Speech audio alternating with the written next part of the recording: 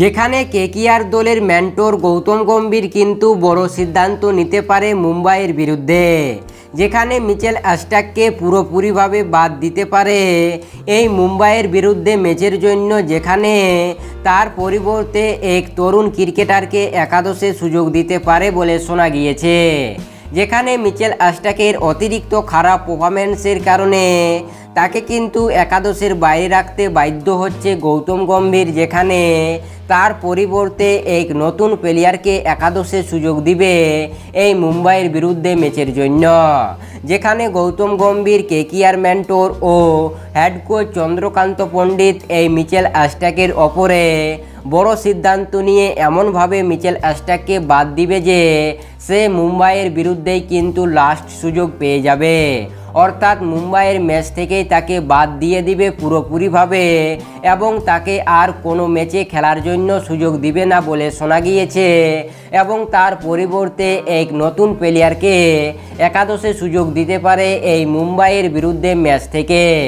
যেখানে মিচেল স্টার্ককে কিন্তু মিনি নিলামি থেকে 24,75,00,000 টাকা দিয়ে কিনেছিল কেকেআর দল তার কাছ থেকে ভালো পারফরম্যান্স দেখার জন্য। তবে মিচেল স্টার্ক কিন্তু আইপিএল 2024-এ একদম বাজে ও জঘন্য পারফরম্যান্স করে কেকেআর দলকে 3টি ম্যাচ হারিয়েছে। তাই কিন্তু এই ম্যাচের জন্য বড় সিদ্ধান্ত নিতে পারে মিচেল স্টার্কের ওপরে এবং তাকে বাদ দিয়ে তার পরিবর্তে এক নতুন প্লেয়ারকে সুযোগ দিতে পারে। তাই কোন প্লেয়ারকে মিচেল স্টার্কের পরিবর্তে একাদশে খেলাবে কেকেআর দল এর পরের ম্যাচগুলির জন্য, সেটাই কিন্তু আপনাদের কাছে তুলে ধরবো এই ভিডিওতে।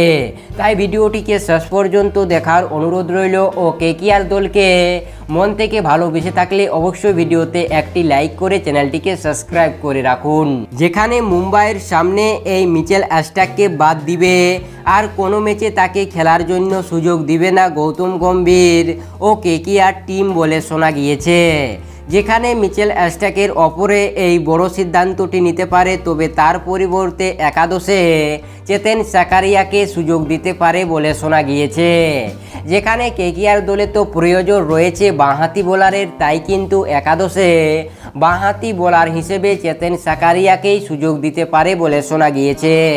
যেখানে মিচেল স্টার্কের থেকে চেতেন সাকারিয়া ভালো বোলিং করবে বলে মনে করছে সমস্ত ক্রিকেট বিশেষজ্ঞরা এবং তাকে এই মুম্বাইয়ের বিরুদ্ধে ম্যাচের জন্য একাদশে সুযোগ দিতে পারে। যেখানে মিচেল স্টার্কের প্রতিটি ম্যাচে আমরা খারাপ পারফরম্যান্স দেখেছি, যেখানে বল করতে আসলেই তাকে 15 থেকে 20 রান যে কোনো ব্যাটসম্যান নিয়ে নিচ্ছিল।